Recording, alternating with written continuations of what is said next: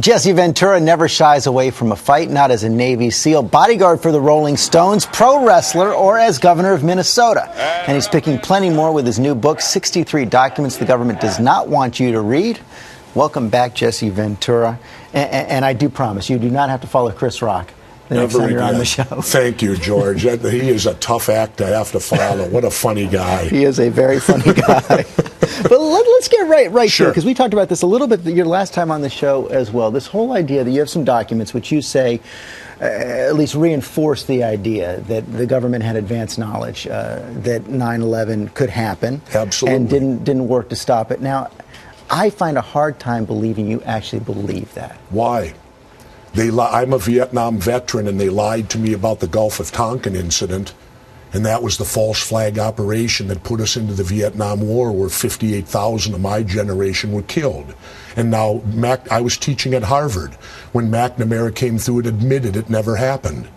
False flag operations, if you go through history, happen all the time before these wars. But that's very different from saying that the government knew 9/11 was coming, knew the planes were coming, and didn't try to stop it. Well, take a look at my book. It's no more shocking than our government going down to Nicaragua and infecting hundreds of people with syphilis to see if penicillin worked. George, let me state this. There are great people that work in government. There are dedicated, patriotic people in government.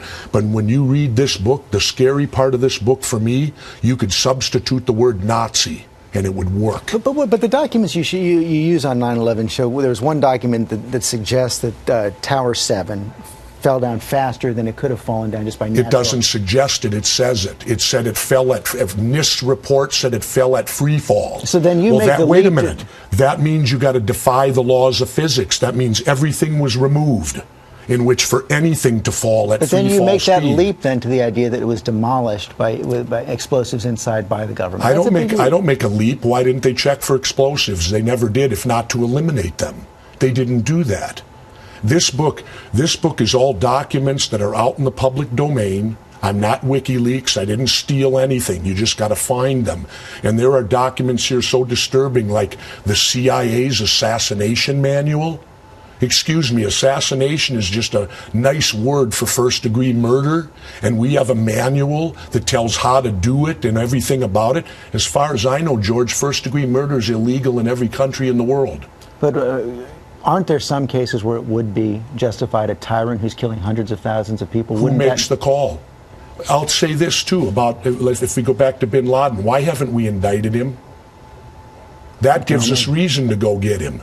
We haven't indicted him. The government has never come forward, convened a grand jury, presented one shred of evidence that he did it officially, and get an indictment. So you don't believe he was behind it either? I don't know.